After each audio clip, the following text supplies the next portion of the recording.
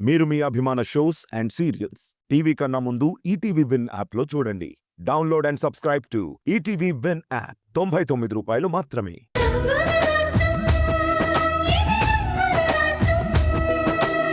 చూడండి madam, psychiatrist అంటే పిచ్చి వాళ్లకి మాత్రమే ట్రీట్మెంట్ ఇస్తారని అనుకోకండి.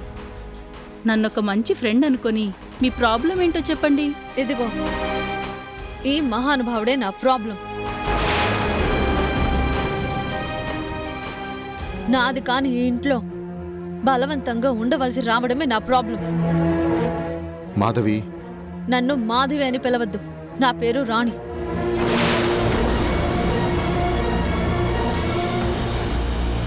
మిస్టర్ హర్ష, మీరు కాసేపు బయటికి వెళ్ళండి.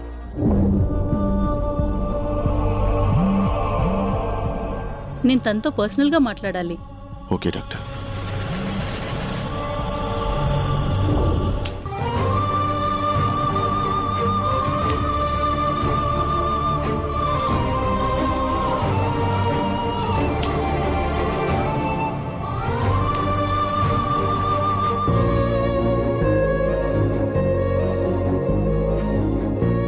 వద్దు, నా దగ్గరికి రావద్దు. నాకు పిచ్చి గిచ్చి ఏమీ లేదు. ఉంది అని నేను కూడా అనుకోవడం లేదు. అయితే ఎందుకొచ్చారు? నీ తల మీద ఆ కట్టు భారంగా అనీజీగా అనిపించడం లేదు, అందుకే జస్ట్ 2 మినిట్స్లో తీసేస్తాను అంతే. కూర్చోండి.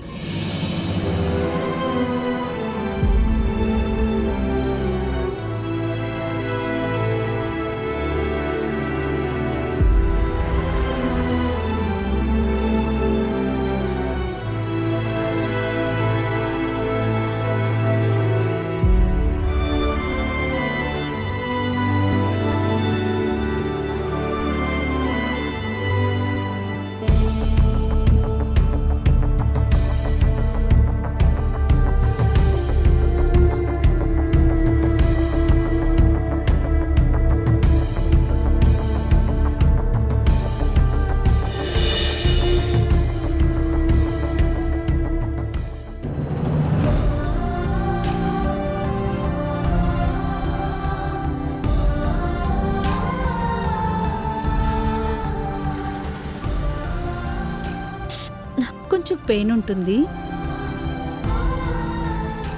నీ పేరేంటమ్మా? రాణి అని చెప్పాను కదా. మరి వాళ్ళు నిన్ను మాధవి అంటున్నారేంటి? నా కర్మ. మీరే చెప్పండి డాక్టర్.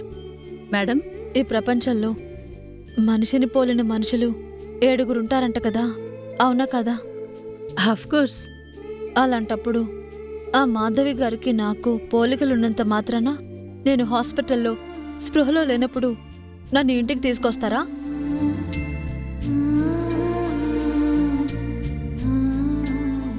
నువ్వు మా ఇంటి కొడలివే అంటూ నా మాటని కూడా వినిపించుకోకుండా బంధాల సంఖ్యలు బిగించాలని చూస్తారా? అవునా? హర్ష గారు నిన్ను హాస్పిటల్ నుంచి తీసుకొచ్చారా? అది కూడా వాళ్ళే చెప్పారు. I see. నువ్వు హాస్పిటల్లో ఎందుకున్నావు? యాక్సిడెంట్లో తీవ్రంగా గాయపడటం వల్ల.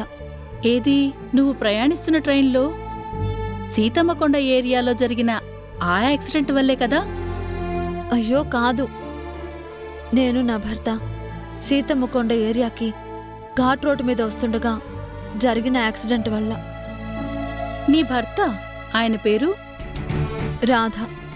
రాధాకృష్ణ. ఓ, నైస్ నేమ్.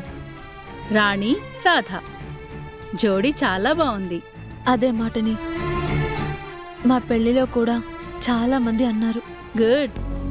మీ పెళ్లి జరిగి ఎన్నాళ్ళయింది? ఈ మధ్యనే జరిగింది. మరి మీ మెళ్ళో తాళి లేదే? ఆ ప్రమాదంలో ఎక్కడో జారి పడిపోయినట్టుంది. అందుకే నా భర్తకి ఏం జరిగిందో అని నేను చాలా ఆందోళనగా ఉన్నాను.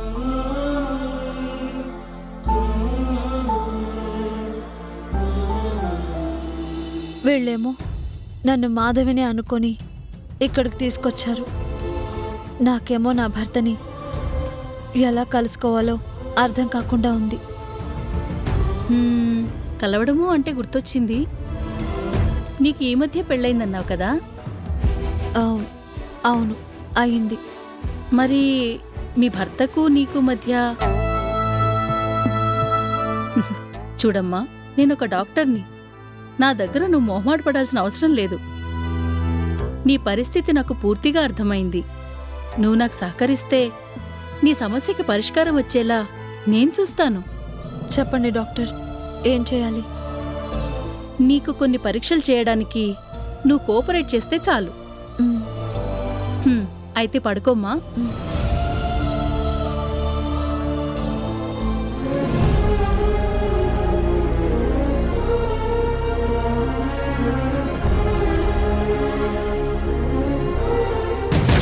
డాడ్, బావ లేడీ డాక్టర్ని ఎందుకు పిలిపించినట్టు?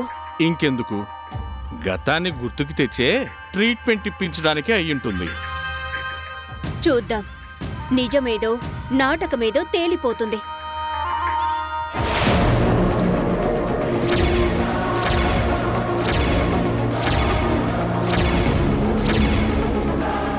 మీరిద్దరు ఇక్కడేం చేస్తున్నారు?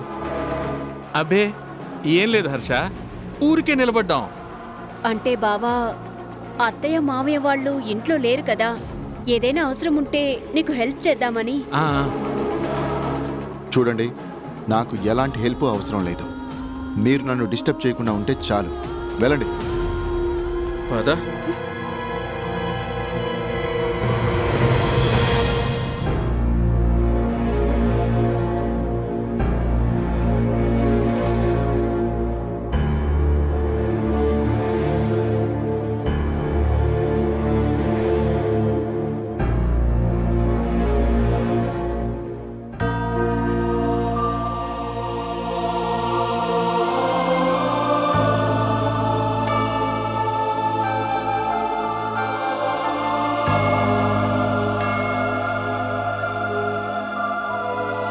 నాన్నా, నాని,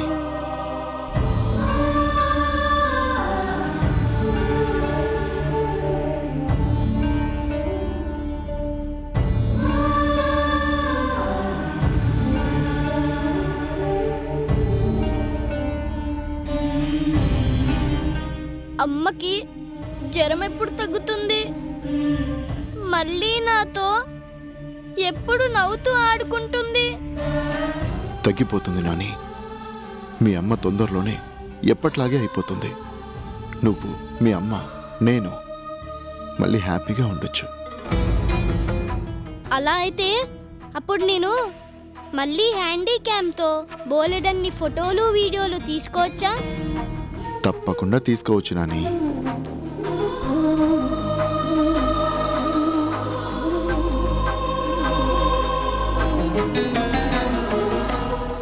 మాధవిని పరీక్షించాక డాక్టర్ ఏం చెప్తుందో ఆ విషయాలేవి నాకు తప్ప ఇంకెవ్వరికీ తెలియడం మంచిది కాదు. ఆ, నాని, ల్యాప్టాప్ నీ రూమ్లో ఉంది కదా, వెళ్ళు. అందులో వీడియోలన్నీ హ్యాపీగా చూసుకో.